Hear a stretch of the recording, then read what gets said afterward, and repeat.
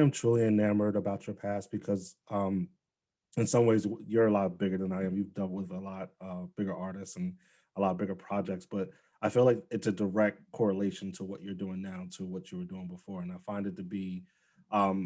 I find it to be amazing because it just seems like when you're dealing with on the business side, the customer really doesn't understand everything they're getting from you with all the experience that you've had in the past, and I think that a lot of times they're very very lucky to have you on board to be able to craft something for them, website wise, design wise, whatever it is. So my other question for you is, and this is for me because I just want to know how you go about this process. And I'm sure you're a perfectionist in terms of the details, the critical details in your design process. Can you share a little bit about that, like what that process is?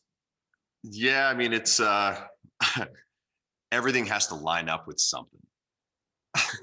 You know what I mean? If it's when you've been doing this for as long as I have, it's just that, you get to the point where, you know, you know, you could look over somebody's shoulder from across the room and see that something isn't quite aligned properly, or Right. that this balance should be the same, or there's just sort of it, and it really just sort of comes with experience. And I guess to even sort of one of the things to circle back to the music industry that I think that I really benefited the most was work ethic.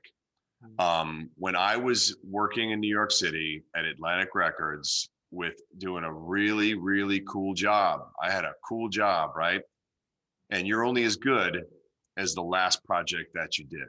Yes. And there is a line of people behind me that want my job. Yes. Right. So I've sort of always sort of taken that ethic and that work ethic, and it continues to this day for every single project that we do. That you just want to be.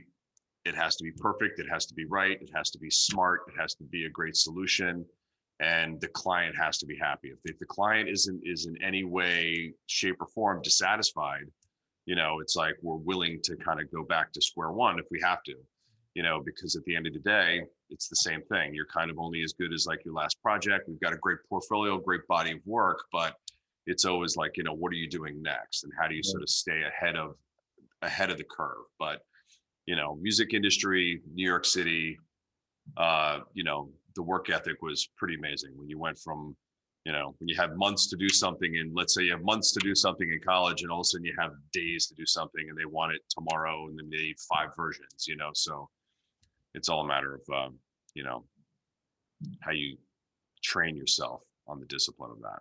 Yeah, and I completely agree with you. I remember, and this is just like a small story. I just remember being at Universal Def Jam and just their street team. Like they would have this street team, right? They would just go out Yep. onto the street and they would just Yeah.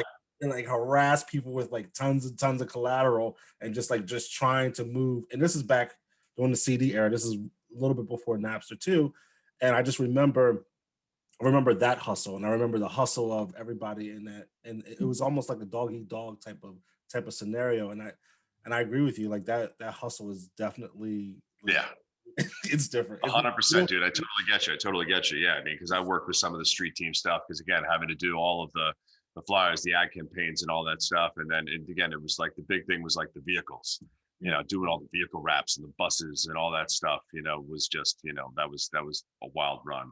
and just the competition with the other bus wraps and the other competition with all the design because Yep. New York City is it's just a blinking commercial all every second that you're there. And I again, like we don't have that here. So you're kind of like this like huge fish in a small pond. So you have that hustle, you have that work ethic, you understand what it takes to be able to turn the head of somebody from Manhattan. It's it's absolutely it's amazing.